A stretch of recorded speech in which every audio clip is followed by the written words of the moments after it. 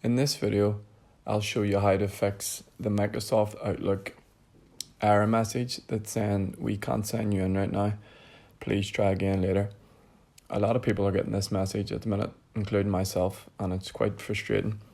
But there's a quick and easy fix to it. So here's how you do it.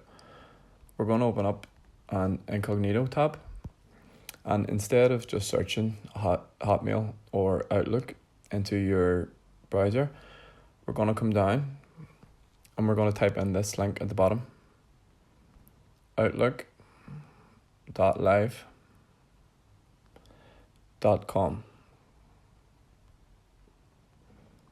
Then press enter. And now that's going to load the website and we're going to sign in.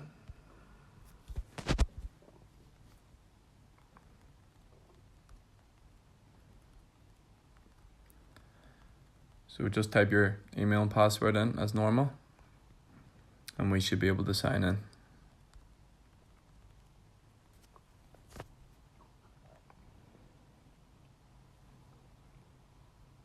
And there you go. You can see that we signed in without getting the error message.